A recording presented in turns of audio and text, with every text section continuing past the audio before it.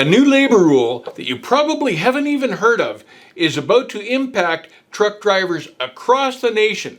It starts this Monday, so you may want to have your labor lawyer on speed dial and give him a call about potential wage theft from your employer. So how does this new rule affect you as a lease operator?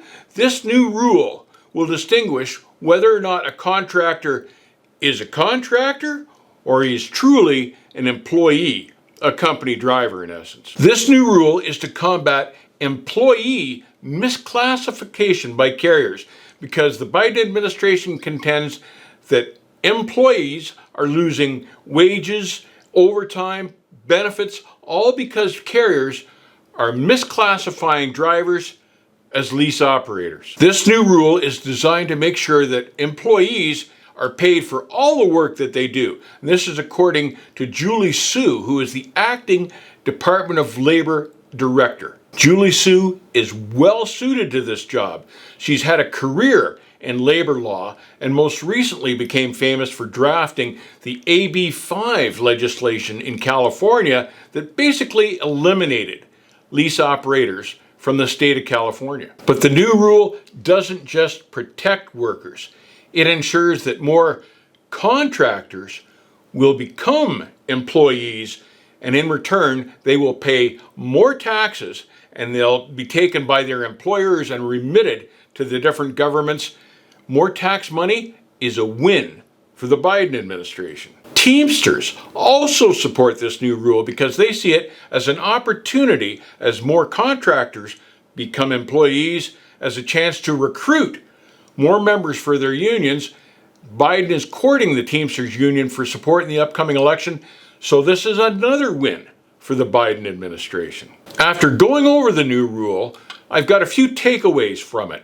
The first is that for lease operators that are looking to get out of a bad deal that they've made with their carrier, if they realize now they've been duped and just want to be an employee, this is the perfect chance for lease operators to go to their carriers, point out the new rule and go, I want to change back to an employee. My second takeaway is that if this new rule eventually begins to include truck drivers under the Fair Labor Standards Act, this is a win for all truck drivers. My third takeaway is that if Trump wins the 2025 election, he will completely reverse this rule and all this will have been for naught. So if you're going to take advantage of it as a lease operator, you should do it now before November. The ATA, the American Trucking Association, absolutely hates this new rule. The ATA mega carriers have made hundreds of millions of dollars every year by leasing trucks to unsuspecting truck drivers. They've been doing it for years. They've made billions off this deal.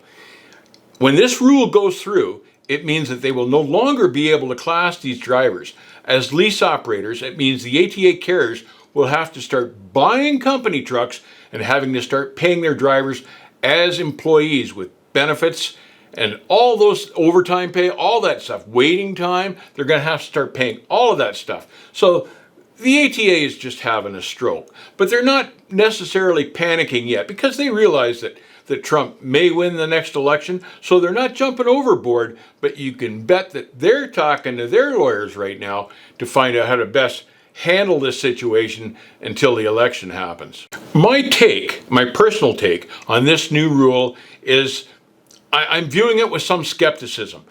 The new rule isn't drafted nearly as clearly as AB 5 was. AB 5 had 3 steps that you can compare drivers to. This rule has 6 steps that you need to classify your drivers in, and they're vague. They're open to interpretation.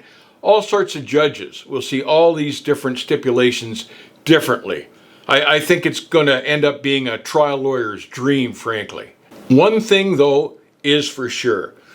These big ATA mega carriers are going to be scrambling and doing whatever they can to keep their lease operators, and this battle is going to be some interesting to watch. Stay safe, keep the rubber side down. If you're a lease operator in the US, you should be making alternative plans. I'll see you on the backhaul.